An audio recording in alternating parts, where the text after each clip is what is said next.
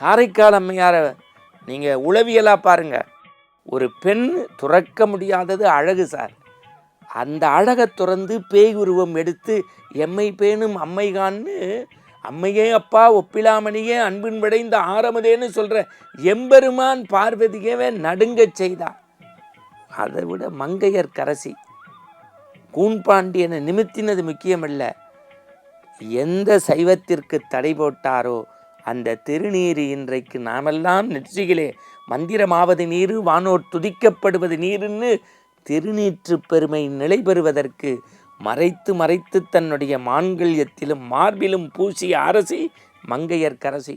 ஒரு சடையனார் வாழ்க்கையும் இசைஞானியார் வாழ்க்கையும் குலைச்சிறையார் வாழ்க்கையும் படிக்கின்ற போதுதான் இன்றைய சமூக நீதி பேசுபவர்களுக்கெல்லாம் அன்றே வழிகோலாய் திகழ்ந்தது எங்கள் சேக்கிழார் பெருமான் எழுதிய பெரிய புராணம். இன்றைக்கும் சொல்கின்றேன், பல சமூக நீதிக்கு உண்மையான புராணம் எது என்றால் பெரிய புராணம்தான் வித்து.